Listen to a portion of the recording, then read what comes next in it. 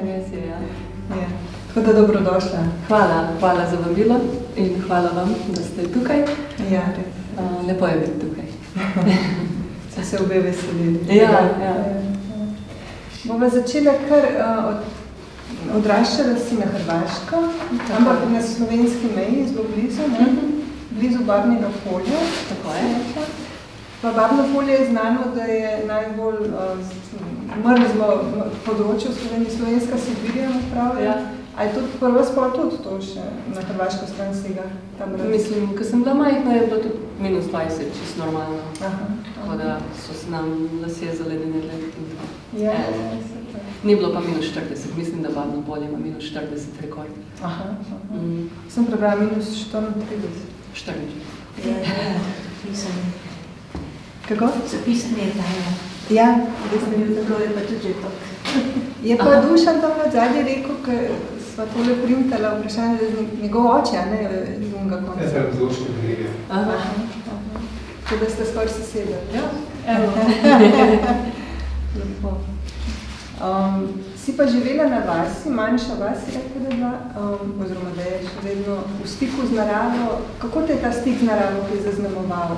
Najbolj še vedno danes tu čutiš, da rada naravo hodiš, če malo tem poveš? Ne vem, če me je zaznamoval, ali me je dejansko sam podprl. Po tej moji ljubezni do narave in po moje izhaja to iz tega, da sem empata, ne, in sem rada v miru.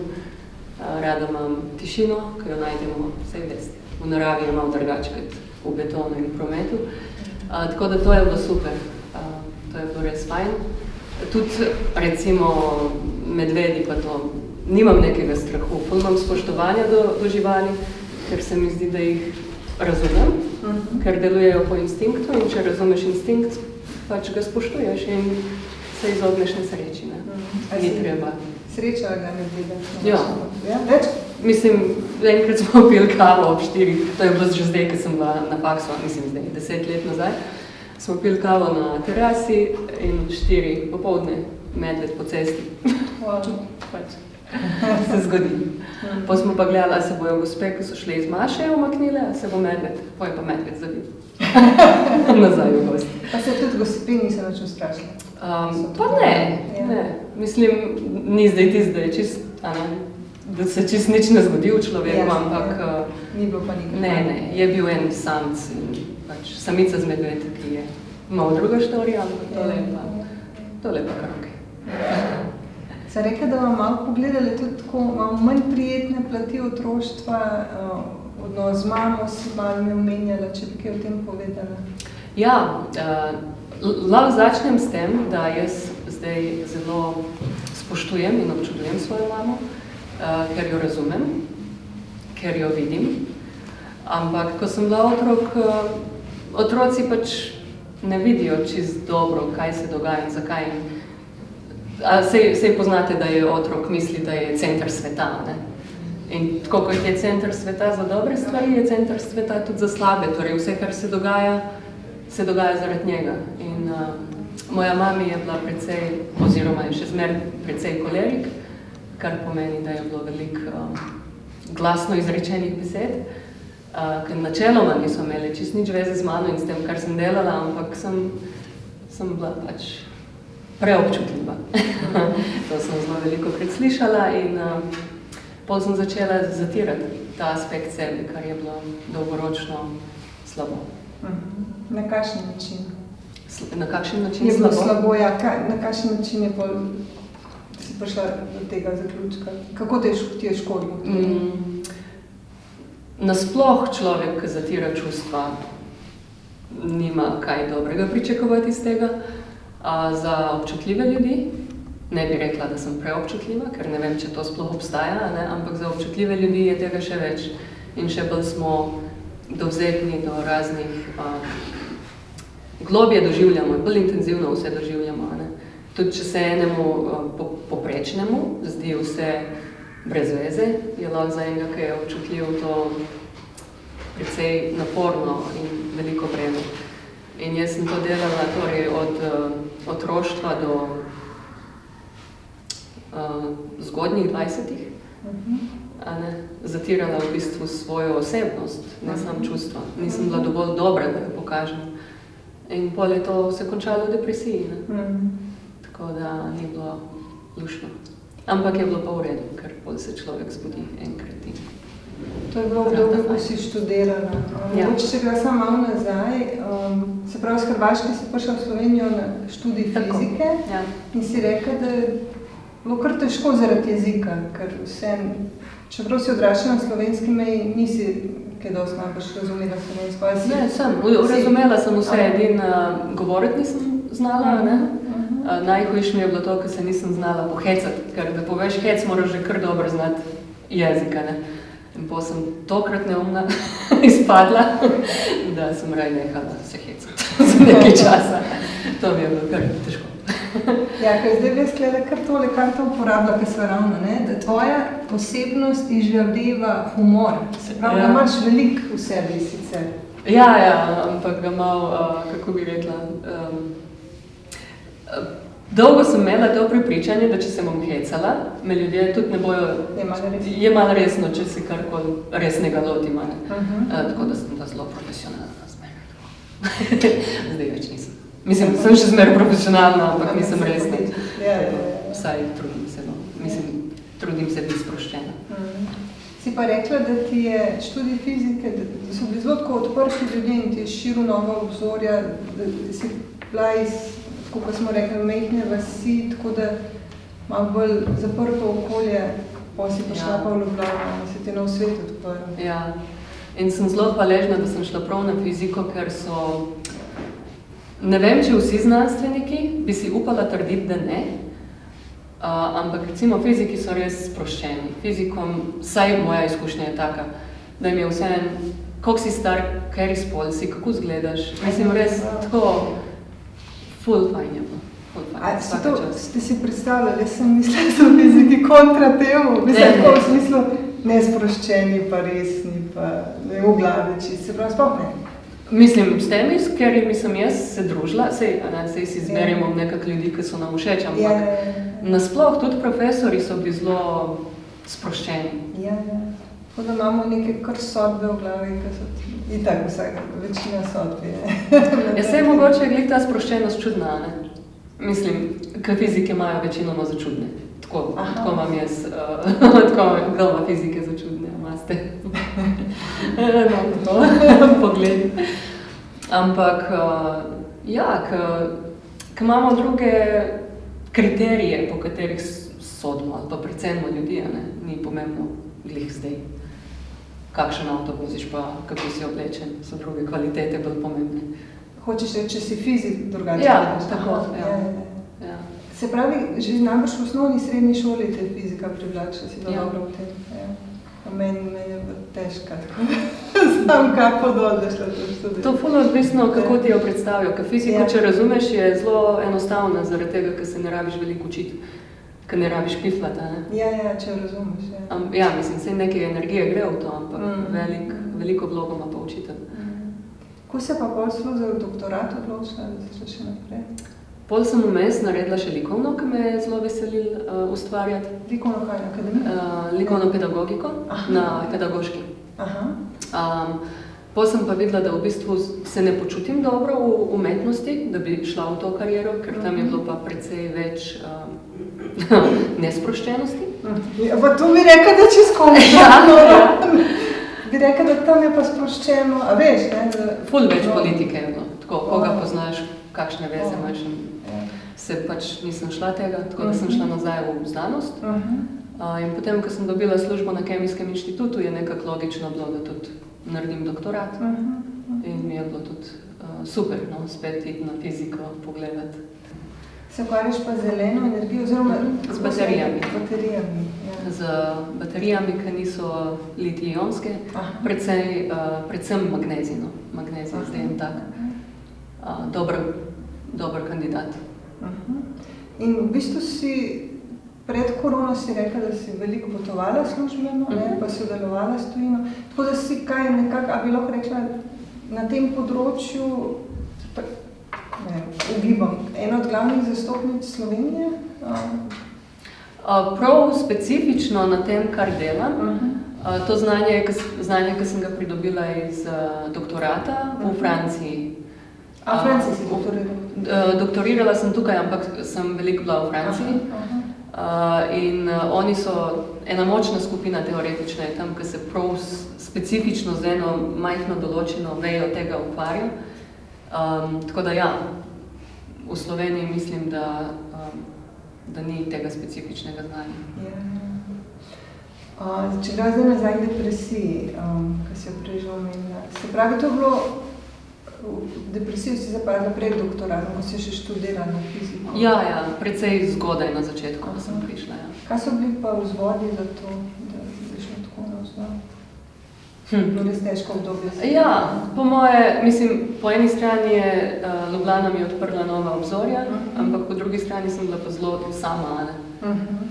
In verjetno so neki procesi se itak že, to so počasni procesi, ampak potem enkrat pride ven.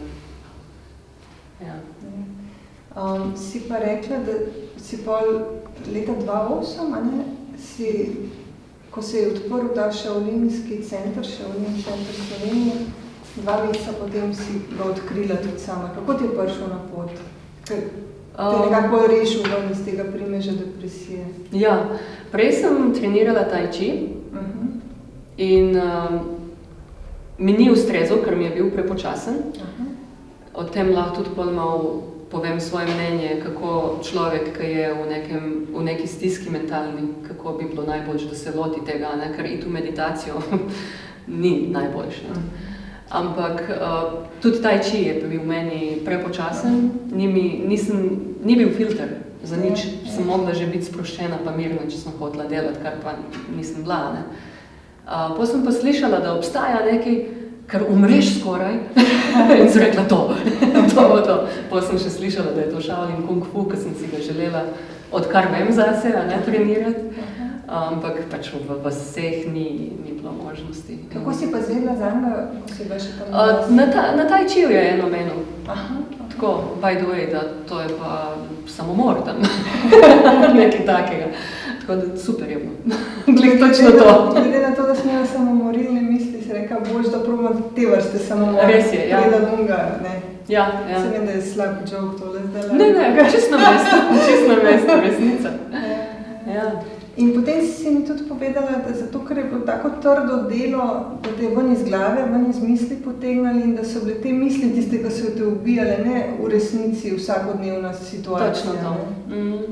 Ker v bistvu treningi so bili toliko naporni, da nisem imela časa nič razmišljati. Pač dejansko sem bila na survival modu, ne, dihaj. Ni bilo samo umevno, da diham, ker se je to hitro vse dogaja. Nisem bila v najboljši formi, ko sem začela, to priznam. Ampak je bilo, ful preveč, da bi možgani karkoli blebetali. In je bilo rešitev, ko pol vidiš, da možgani delajo štalo, jih izklopiš in je super. In koliko časa si rabila, da si prišla z depresijo, koliko časa si trenirala? Ne vem, ampak res ne vem. Ampak vsakič, ko sem šla na trening, tudi ne malo, po treningu sem bila super. Potem sem spet malo, vsakdanje življenje spet malo mislim, možgani se spet aktivirajo, potem spet trening, pa je malo boljše. Tako da, tudi, ko je človek depresiven, če imate izkušnje s tem, je problem, ker se ti nič ne da.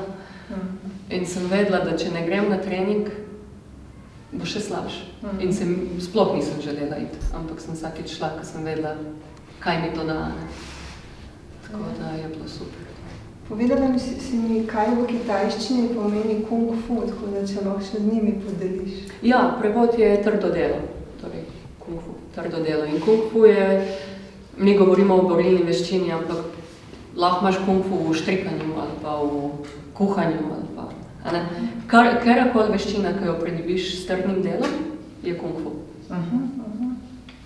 In vi tudi v snegu trenirate zunaj, kdaj pa na betonu, da je še bolj trdo, ne? Da še teže. Zdaj v snegu že dolgo nismo, odkar je Šefo odšel v London, po še več znanja, se je mogoče malenkost omililo, ampak nisem ziher, imam jaz toliko več kondicije ali res so lažji treningi, samo v snegu res že dolgo nismo bili. Na betonu pa kar, ja. Pa v gozdovih pa tako. Mogoče lahko poveš, kdo je Šefo? Šefo je naš mojster, torej, če ste gledali Kung Fu Pando, na ta način, torej učitelj, ki je ustanovil tempelj in ki nas vodi, je pa Slovenc, no, je šel po znanje na Kitajsko in potem ga prinesel nazaj v Slovenijo. In zdaj živi v Londonu že kar dolgo, kako? Ja, skoraj 10 let. Ja. Ampak še vedno nekako ste v stiku, ja, precej intenzivno. Različno. Obdobja so, ko smo več, ko smo manj, on tudi pride, ima kakšne delavnice. Načeloma nam je vedno na voljo čez Zoom, da kaj potreniramo, vprašamo. Tako da se da. Poleg tega imate pa pol tudi tam Qigong, ki ga ti tudi poučuješ zadnjih 7 let, pa še Chen meditacijo. Chan, ja. Chan. To je vse Shaolin. Shaolin se je razvil iz meditacije. Ko je Bodhidharma prišel v Shaolin tempelj na Kitajskem, je videl, da menihi ne morejo sedeti dolg časa v meditativnem položaju, ker nimajo mišic in so celi mlohavi. In je rekel, nič bomo zdaj mi okrepili telo. In se je razvil Kung Fu in se je razvil Qigong. In to je vse paket. To gre vse troje skupaj. Ker Shaolin Kung Fu je duhovna vadba.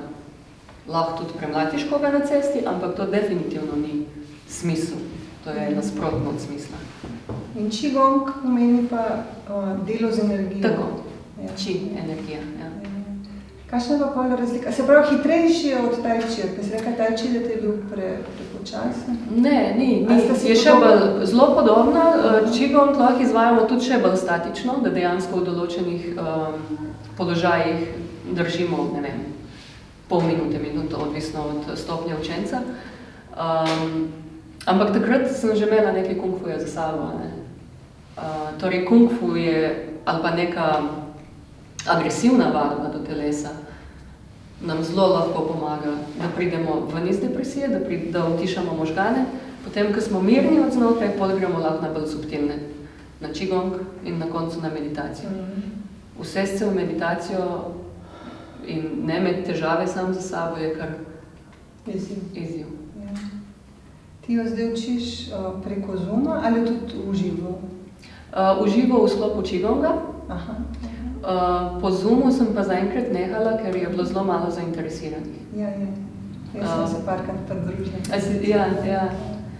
Zelo malo obiska je bilo, tako da sem zdaj dala to malo na pauzo. Ampak bo spet.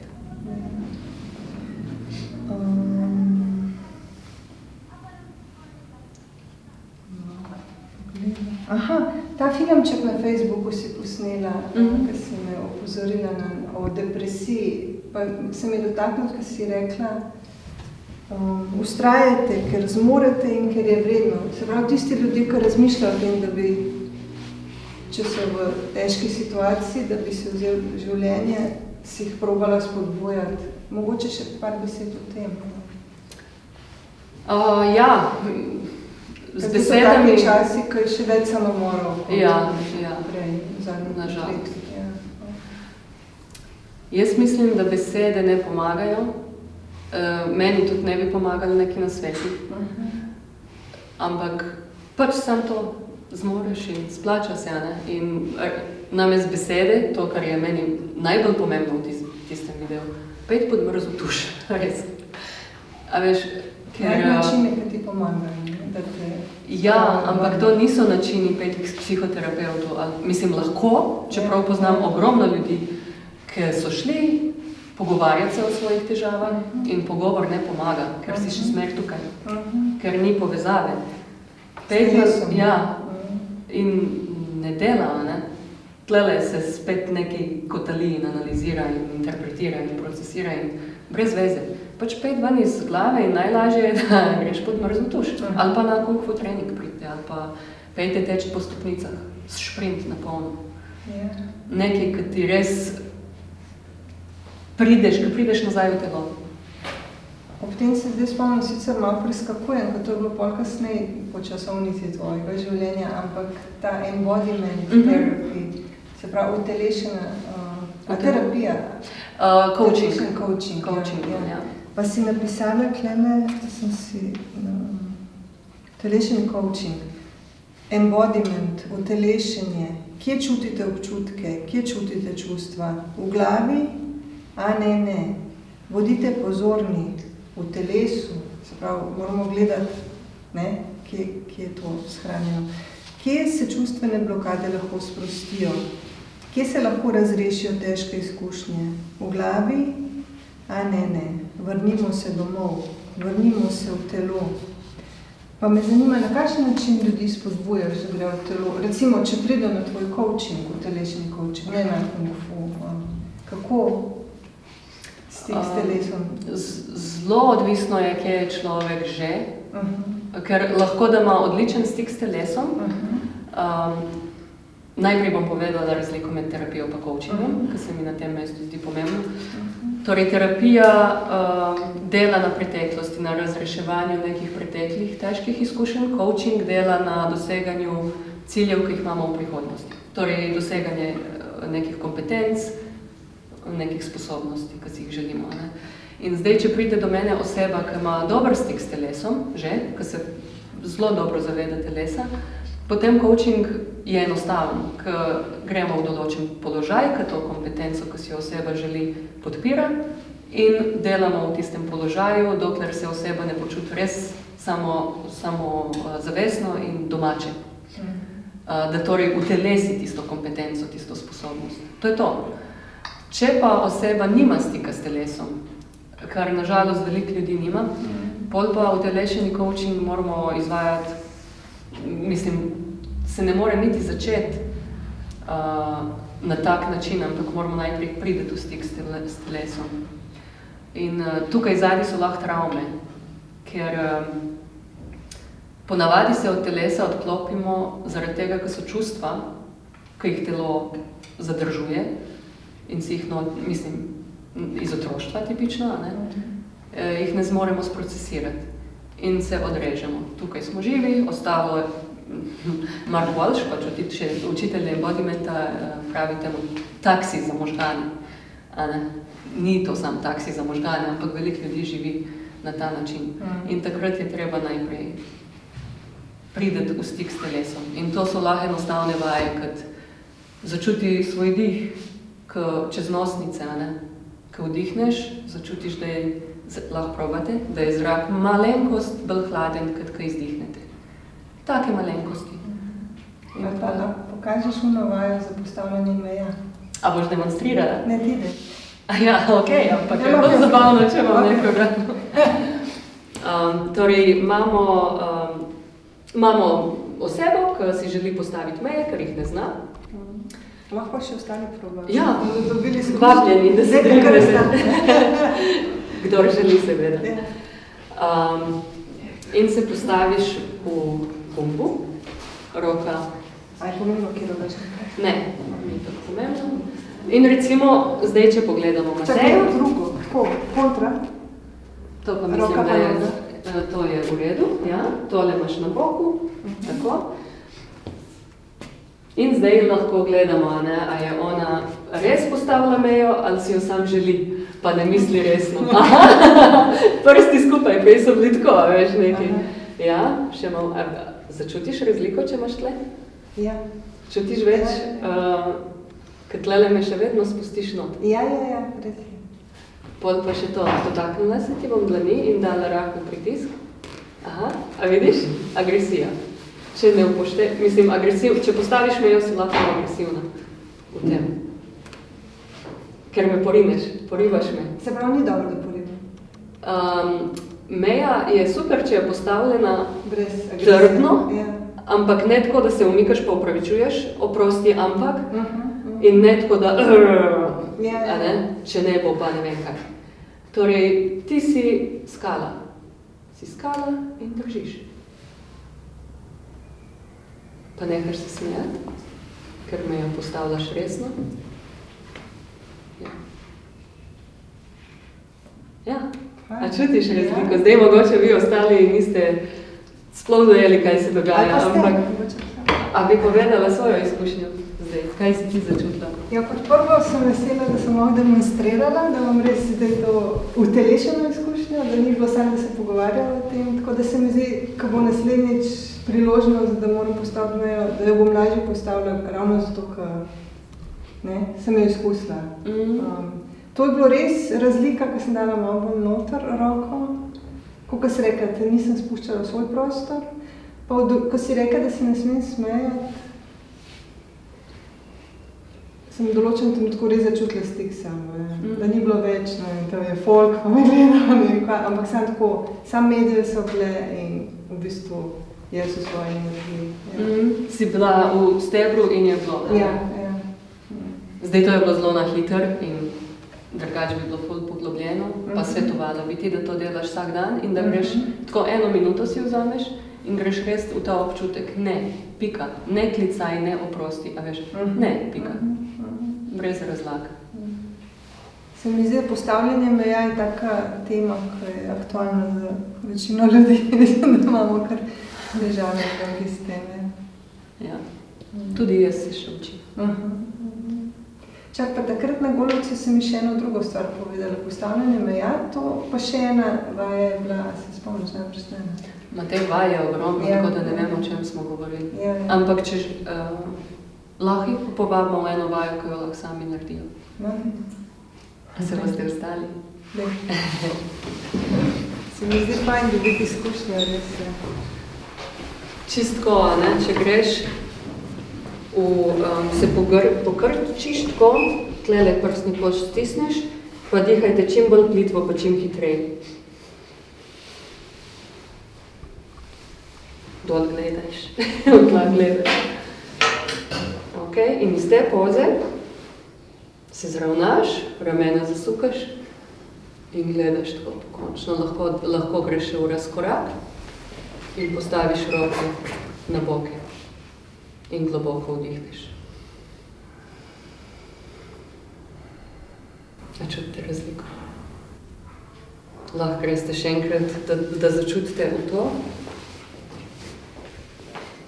Tako da v bistvu ta poza zdaj je, recimo, da si predstavljam, da smo žalostni, ja? To je poza depresije, ja? Žalosti, nemoči. Ja. To je poza power pose, poza moči.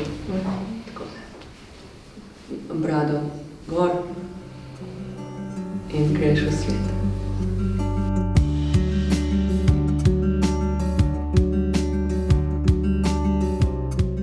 Kakšna je razlika med empatijo in sočutjem? Si rekla, da je to ena tema, o kateri rada govoriš? To je tema, ki me zanima. Govoriti o njej imam pa malo priložnosti, ampak je zelo zanimivo, ker kot empatinja, ti si tudi verjetno imaš podobne izkušnje. Veliko občutkov, ki niso moji, ki so od sogovornika ali pa od naključnega mimoidočega, vlečem nase. Tle je spet vprašanje postavljanja meja, ne? To je tudi eno področje, kjer jih moramo se naučiti. In kot empati v bistvu nismo potem v položaju, da bi pomagali. Ker če jaz imam sogovornika, ki je žalosten in jaz ratam žalostna, kako bom jaz kakorkoli lahko dvignila človeka ven iz tega. In sočutje pa je to, da razumeš človeka, da se lahko poistovetiš z njim in lahko čutiš celo občutek, ampak se distanciraš, veš, da ni tvoj in z sočutjem in z ljubeznijo prideta oba pol lahko ven. En zelo lep primer, ker to je malo mogoče težko razumeti, je, če recimo mama otrok je v bolnišnici, ima neko bolezen, ki ne vejo, kaj je. Empatinja mati, ki je pač še zmer sam empatična, bo jokala z njim, pa cela drama, pa obogi otrok, a ne? Zelo normalno in naravno. Ampak sočutje, če pride sočutje, pa veš, da otrok trpi, boš pa močan za njega. Ne boš lagal, ne boš ga zavajal, ampak boš pa, boš držal neko upanje, nek mir, Tako, to je razlika. Sočutje je fajn. Ti si zdaj tudi mama 1 leto, malo več kot 1 leto. Koliko ti pa to ratuje razliko med sočutjem? Mislim, kolikrat te potegne v empatijo, da jogaš ali karkoli in kdaj, kolikrat, ne zdaj da šteješ, no, ampak, a veš? Večino časa mi uspeva biti v sočutju. Ker imam po moje dovolj prakse, meditacije, opazovanja sebe, da se ulovim. Enkrat mi je res grdo padel in sem prav čutila, da hočem začeti paniko delati. Sem se umirila, ga vzela in se je ful jokal, ampak sem dihala z njim in je bil ful boljši. Ker je videl, mislim, kaj pa naredim, če paniko delam? Še bolj povratna zamka deluje. In mu itak ni bilo nič. Tako da ni to grdo padlo. Zgleda je tako, Zgleda je pa grdo. Se v tem videu, ki si ga posnela, si tudi rekla, da vse to, kar si se naučila, ne samo preko Shaolina, ampak tudi s tem coachingom, pa NLP-jem, neurolingvistično programiranje, da zelo lepo lahko uporabiš za te vlogi. Ja, zelo dobra praksa. Ja. Pa zelo mi je bilo všeč, ko si rekla, sem tudi v vabilu napisala na Facebooku, da mi je šlo, kaj sem hotela reči, da nočeš svojih ran prenašati naprej, da vsakič, ko ti pritisne na gumb, imaš 2 izbiri, ali boš začela kričati na njega, ali boš lahko pogledati, odkot izvira ta rana in več ali manj se odločiš za to drugo varianto, zato pa nočeš prenašati naprej slabih vzorcev. Tako da mogoče malo v tem še, da sem že vse povedala. Ja, tako vsi rečejo, da otrok prav najde gumbe, a ne? Ampak meni se zdi, da ne najde gumbe, da čisto na vse pritiska. Sam se mi odzovemo tam, kjer nismo še ranjeni. Ja, to si dobro. Tam, kjer smo še ranjeni, je pol odziv. Ja. Tam, kjer smo zaceljeni ali pa kjer sploh nismo imeli rane, je pač, ko vidim pri partnerju, na druge stvari reagira kot jaz. A ne, pa imamo istega otroka, pa zelo podobno se obnaša zaenkrat še. Zdaj pa počas vidu, ne. A pa on tudi kaj brska poseb, tvoj partner? On tudi kung fu, zdaj pač je nehal, ne, ker zaradi omejitve s časom, ki imamo tam avga, ampak je treniral dokler nisem rodila. Tako da kung fu pa qigong pa meditacija, ne, to cel paket pripelje kar do globokih uvidov, če želiš, in on je bil pripravljen na to. Tako da ja, rasteva skupaj. In ko mu pritiska na gumbe, tudi ne začne se dreti na njega, ampak proba pogledati, odkot izvira ta njegova frustracija. Se trudiva oba. Ne bom rekla, da nikoli, ni kakega spodrsljaja, ampak pol za nazaj probamo. Vsaj to. Ja.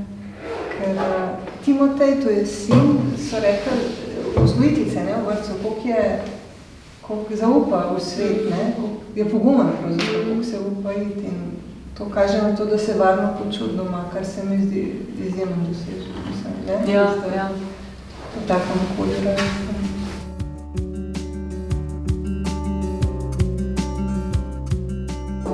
Dve kozi in sta redno imele kozličke in kozlički so toliko zelo lušna bitja. Tudi pogledajte na YouTubeu, funny little goats ali pa nekaj, ki je res lepo. In jaz sem bila takrat še otrok, ne vem, odkar živim, sem imela tiste kozličke in smo se igrali in so imeli imena in smo, mislim, to niso bili kozlički v štali, to so bili tako kot mačke ali pa nekaj. Domače živali. Ja, in jaz sem bila čisto zaljubljena v tiste živali. Mislim, pač tako, kot sem razlagala, stik z naravo pa z živalmi. No in pol pač vsak let sem enkrat se zbudila in so viselo drti obešeni. In to je bilo grozno, jaz sem se ful jokala in še zdaj mi ni jasno, zakaj me saj niso poslali v sosednjo vas ali pa nekam za tiste en dan. Ampak me niso, no, in to še kar boli, ja, tisti prizor, ker so bili prijatelji. Ja. Niso bili, no, tako, to je ta slika. Ja. Pa v bistvu so ti učitelj, da si preobčutljiva, ne? Ja. Si se ti počutila, da nisi dosti dobra? Ja, jaz sem se počutila, da je nekaj narobe z mano, če se zdaj jočem, zato ker kozlički tam odrti visijo. Pa ne mislim samo za kozlička na splošno. Na splošno, ne, ker hočem reči, če so to naredili, so mogli biti kar dosti trdi noter. Ma ne vem, tako se je delalo. Tako se je delalo. To je generacija nazaj, 2 generacije nazaj, mislim, 200 let nazaj so bili še sužnji. To ni tako daleč. Tako da vse, oba starša sta zelo ljubeča in sploh pa mami je občutljiva. In zato je bilo po moje toliko težko z mano, ker sem jo malo spominjala na to občutljivost. Se pravi, je zelo potlačila sama. Ja. Ker je mogla, ker je imela pač. Je imela veliko več stvari, kot jaz v svojem otroštvu. Ja. Spomnila sem se tudi, ko si rekla, da ko ste prvič prišli z otročkom, s Timotejem obiskali starše, je pa oče infarkt doživel na prvem obisku. Kakšen šok je mogel. To sem se večkrat če spomnila. Ja, grozno je bilo. Res. Pa sploh, mislim, sploh nismo vedeli, kaj bo, ne?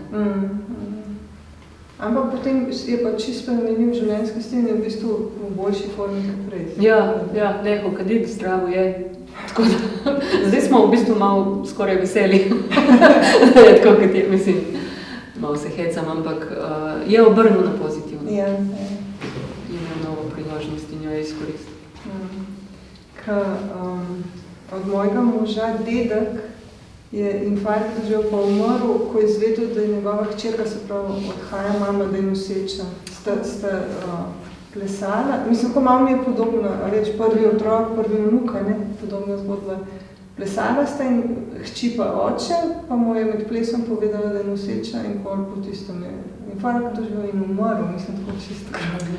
Ja, ampak lahko, da so res toliko močna čustva, ja, ne vem. Se zato sem te vprašala, malo hec sem se slišala, če je tvoj oče doživel ta infarkt od sreče. A veš, kaj me ono spomnil, ne, na tisto zgodbo, ja? Ja. Ali pa recimo Cvetje v jeseni, ne, ta meta umre od sreče, mislim, kaj odpove srce, tako nenavadno je, tako očitno je možno. Ja. Ampak Kitajci recimo vsa čustva, ki so v presežku, imajo za zdravje škodljivo. Tudi preveč sreče. Ker je overwhelming. Preveč te, kako se reče? Preblavi, ja. Dežele do srca povezane v kitajski medicini. Aha. Ja, evo.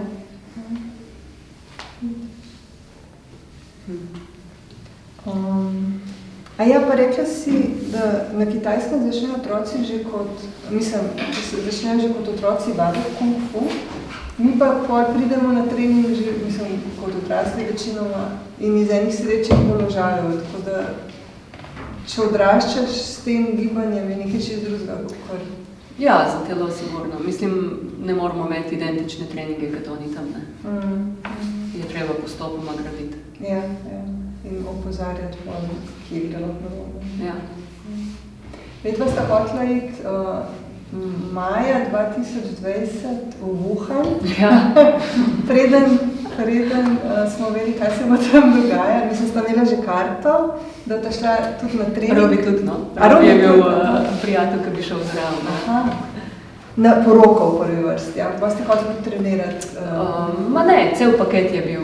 Mislim, da smo v prvi vrsti hoteli trenirati, ampak pol je pa žena od tega mojega učitelja iz Francije rekla, morate priti na poroko, ker to je ful čas za njih, da zahodnjaki pridejo na poroko.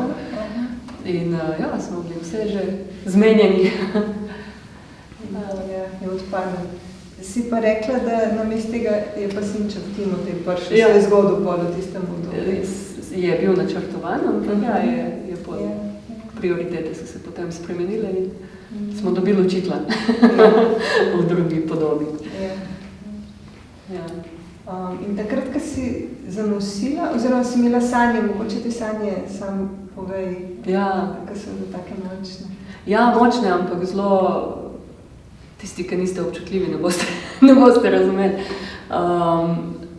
Torej, 2 tedna preden, kako bi zdaj to, naredila sem test in je bil pozitiven.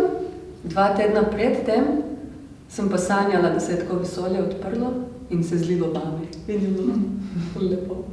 Mislim, pol sem povezala. Ja. In, Takrat si pa že malo vseče seveda. ja, 2, mislim, Glih. Ja, glih. Ja. Vse ne vem, če je bilo 2 tedna, da sem zdaj napačno časovnico rekla. Ja. Ampak, ja. Rodil se je pa njen sin na moj rojstni dan. In je imela 2 varianti za ime, ne? Max pa Timotej, pa so pa s Hajem rekla, da je Max je tako nemško, trdo, Timotej je pa mehko, pa so pa Timotej. Ja. Sej mu bolj paše. Čeprav je kar lumpno, ampak je tak srčkan lump. Ja. Mogoče bi tole, ker smo bili pod otrokih, da še to nama poveš, na kaj se nanaša. Tole je pa ena punčka, ki me spominja name. Ker punčke moramo biti pridne, pa nismo v naravi čist pridne. Mislim, vsi se rodimo tako nedolžni in divji, saj smo na nek način še živali, ne? In punčke morajo biti pridne, pa pomagati, pa kuhati, fantki pa ne smejo jokati, pa avte morajo metrati, ali kaj. No, ampak pač to se mi zdi, da je moj notranji otrok še zmeraj. Malo divja, pa malo idol vsi, če je pridna ali ni tako. Ampak si pa vseeno imela, da si imela sindrom pridne punčke. Ja, sem, seveda. Ja. Itak. Mislim, zato mi je... Ja, tako smo bile vzgajane, socializirane. Ja. Težko z tega vam priti. Ja, težko je ven iz tega priti, ampak se da. Točno, Ful je dobro. Kaj pa tale srček? Tale me je pa spomnil na to, ko sem bila depresivna. Se mi je zdelo, da se vse podira. In se dejansko je, ne? Ampak ni nič narobe, ker lahko zgradiš boljše temelje. Močnejše in take, kot so ti bolj všeč. In to me je tako spomnilo, da na eno, dobro, ni glih na novo zgrajeno, ampak asociacija na to je bila. Da velikokrat mislimo, da če neka, ali pa če se nam zgodi neka huda sprememba v življenju, da je res zunanje okoliščine, ne? Da nas pripeljejo v prisilo, da se tudi mi prilagodimo, se nam zdi grozno. Ampak lahko je darilo. Zadnjič mi je Tanja eno karto zvlekla, kjer je pisala: "S to spremembo so uslišane vaše molitve." In mi je bilo tako zelo močno, ker se ponavadi ljudje... Bojimo spremembo. Ja, tudi sprememb na boljše. In vsako spremembo ponavadi označimo za slabo. Ker je težko se prilagoditi, mislim težko. Se je treba prilagoditi, ne? Ampak lahko nam pa veliko dobrega prinese.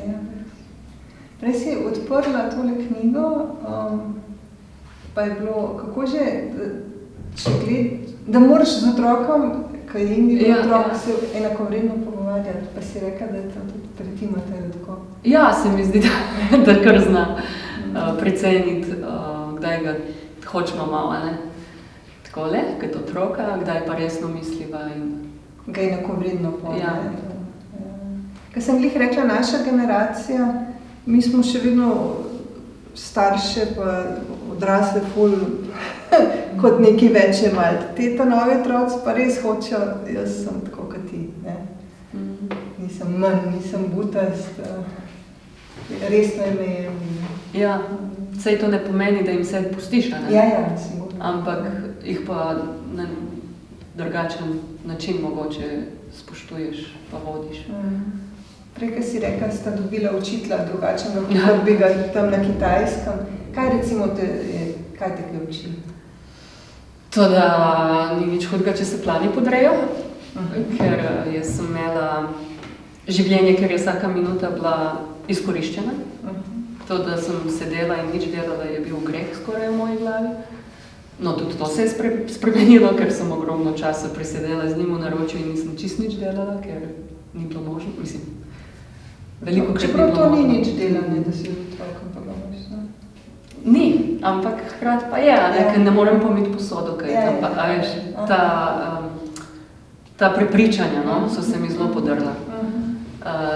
Torej, glede planov, pa to, da se znam bolj sprostiti, pa bolj sprejeti tudi okoliščine, ker je bilo precej težko, sploh prve mesece, ki je imel alergije, pa nismo vedeli. In je bilo toliko naporno, da gre čez tisto mejo, ko lahko karkoli racionalno narediš in sam sprejmeš v nekem trenutku. Tako da to sta dva velika darila. Drugače pa tudi postavljanje meja, ne? Zase jih ne znam postaviti, oziroma jih nisem znala, ko sem postala mati, je bilo lažje, ker sem jih postavljala zaradi njega, ne? Ali pa, ko sem ga imela v trebuščku, sem ful lažje rekla, ne grem zdaj na kavo, ker sem utrujena. Pač mi ni bil problem, prej bi bilo pa to, pa vse bi lahko šla. Pa kaj bo si misli? Ja. No, zdaj to probam ohranjati, tudi če ga nimam več. Zdaj sem se spomnila, tale ena je bila s perfekcionizmom. I'm not willing to put myself out there unless I'm 100% sure. Ja, perfekcionizem, ja. Ampak si ga zdaj mogla spustiti, ne? Ja. Je še v procesu, danes, ko sem bila v službi, sem videla spet, da želim vse narediti pa ful dobro. Pa sej si res to želim, ne? Ampak ne rabi biti pa na škodo mojega zdravja, recimo, kar prej ni bilo samoumevno.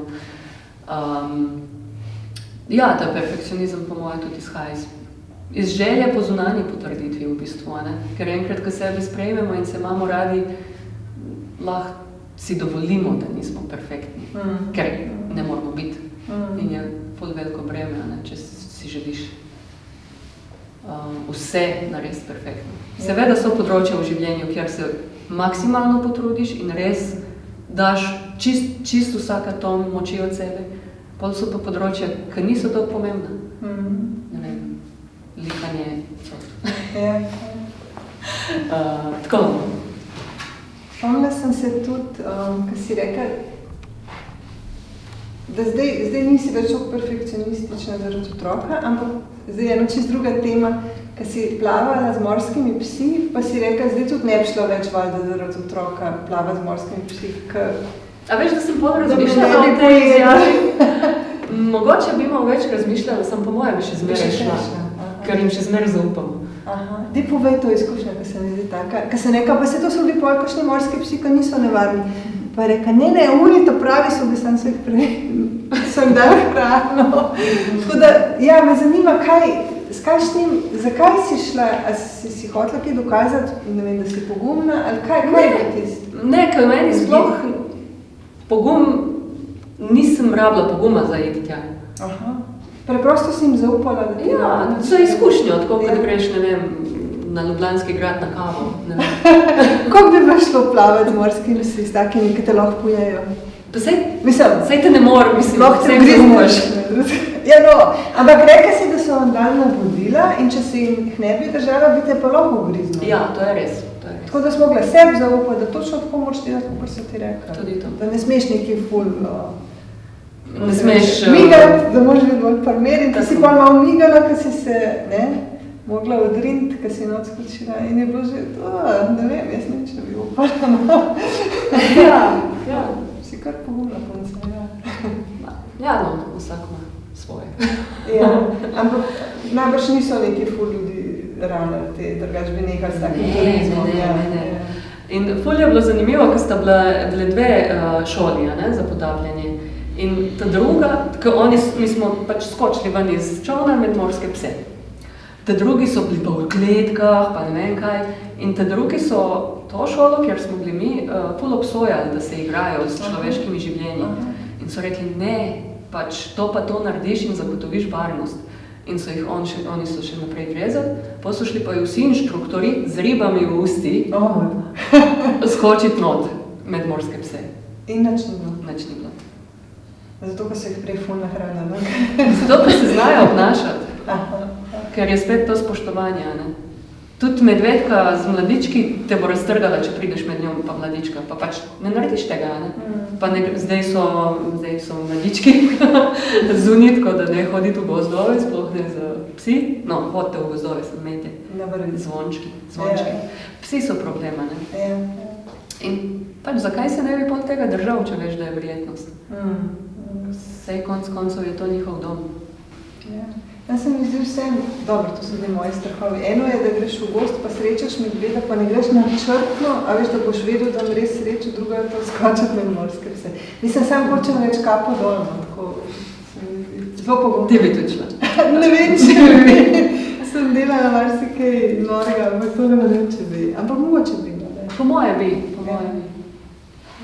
Ker je drugačna situacija pol tam, pa v pravi družbi, a veš kako. A ja, pa rekla si, to je bila Južna Afriška republika in da so bili tam tudi pingvini, čeprav ni ledu. A ste to vedeli, da so pingvini? Ja? Ste vedeli? Jaz pa nisem vedela, da ne vem. Aha, to še.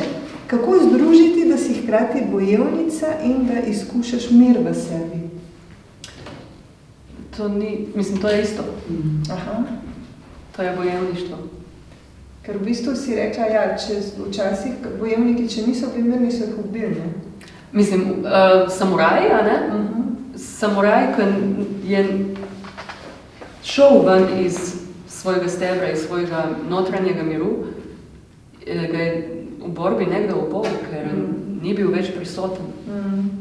Tako da niso jih načrtno ubijala, veš, a zdaj ti več nisi miren. Ampak pač se je zgodilo naravno. Mogo zaščititi. Ja. Ko začnemo iz čustev delati, je nek avtomatski odziv, ki ni nujno dober. Velikokrat ni dober. Tako kot če nekdo za tak pot pa začneš šlapati, pa te strah bo tudi iz enega instinkta prej ta krvoločnost se sprožja. Ti v kaj slabega ne vedi, kot če bi ostal umiren vse. Ja, lahko se obrneš pa vprašaš, a ne? Kaj pa ti? Ti ne to, da recimo zmoči? Ja, po moje raj kot tekli. Ja. To sem se enkrat v sanjah naredila. Me skozi nekdo preganjal in pa sem nekaj nič. Zdaj pa naslednjič, ko se to zgodilo, sem obrnila in sem se res. In pol sem bila oblita svetloba, na me ni več videl, tako ful zanimivo. Ja, in pol nisem imela več teh sam. Tako da dejansko deluje. Ful dobro, lepe sanje. Ja, ful. Pa tole še, kako sodobna družba vidi bojevnike? Kakšni so pravi bojevniki? Ja, jaz mislim, da pravi bojevnik mora biti tisti, ki je res sočuten. Ne vem, če si videla eno slikco je bila, ki je en znanstvenik, po mojem, na severnem polu hranil medveda. In to je zame bojevništvo, ne da ubiješ ali pa, ko gre v Afriko streljati leve, pa ne vem kaj. Mislim, kaj je to? To je toliko malenkostno. Ljubezen, notranji mir, to je bojevništvo. Ker je težje biti prijazen, kot se drepa. Ampak iskreno prijazen, ne tisto narejeno za fasado pa marsikaj. Kako pa sodobna družba vidi bojevnike, pa ne vem, po mojem imajo... Takrat si rekla boj za svetlobo. Aha, boj, a ja, to je bilo 2 leti nazaj, si ti to pisala, po moje. Zdaj me že drugače. Ja, no, sej to je to, ne? Ja.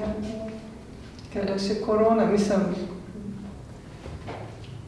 se bo spet, no, tako najbolj septembra, pa jesen. Bo neka taka verzija prihlada, upajmo. Ne, hočem reči, da sem še boril za svetlobo najvrš. Da bo tema še kaj probala. Bomo videli, če bomo še imeli pogovor na večer, ali bo spet lockdown, ne? Če ne pa online. Ja.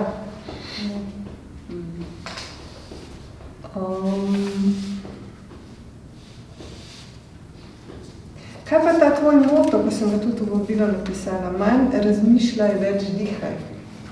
Ja, to izhaja iz te pogruntavščine, iz izkušnje, lastne izkušnje, da možgani velikokrat govorijo stvari, ki nam niso v prid in ki v bistvu sami sebi grenimo življenje in ustrajamo v tej grenkobi dejansko. Tako da spet, izklopi glavo in pet nazaj v telo. Vdihanje, da se osredotočiš recimo na tej meri. Ja, kar? Jaz sem pravzaprav res prej, ko si za Timoteja rekla, da bo za njega izziv, ker odrašča v drugačnem okolju kot večina otrok, da ko bo odrastel, da bo, jaz sem razumela tako, da bo za njega težji. Ampak, ne vem, sem prav razumela?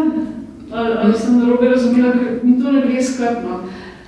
Se mi zdi, ker če on zdaj vse, tako jaz razumem, če si deležen take podpore, te izkušnje varnosti v družini, da potem ta tvoja drugačnost je pravzaprav v tem, da si ti bolj siguren vase, in nekako drugi to načeloma nekaj smer moti, in jih tudi ljudi ne moti to, če nimaš težnje, da hočeš druge spremeniti in tako naprej.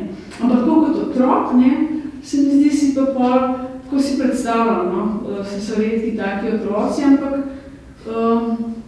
sem se bolj vprašala, kaj si mislila s tem, a sem jaz narobe.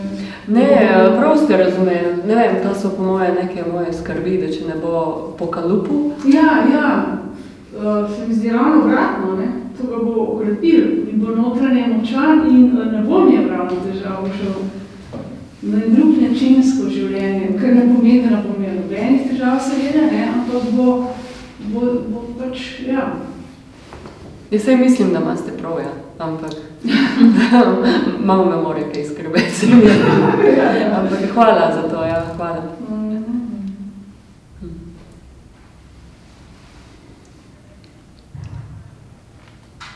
Še kakšno vprašanje?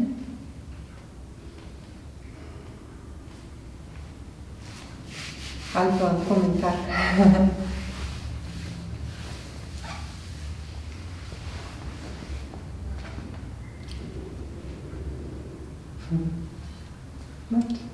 Zelo lepo je bilo meni, to vse poslušati.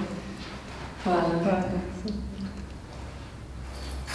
Noč pa če ni, pa kar zaključimo. So rekli, da vam malo krajše, sicer 15 minut je to sem krajše, zato ker ima dojenčka, mislim, otročka mehkega doma. Tako da hvala, da ste prišli, pa se mogoče še kdaj vidimo. Jaz imam en komentar, jaz bi raje šel z delfini plavati. No, super. Dober komentar.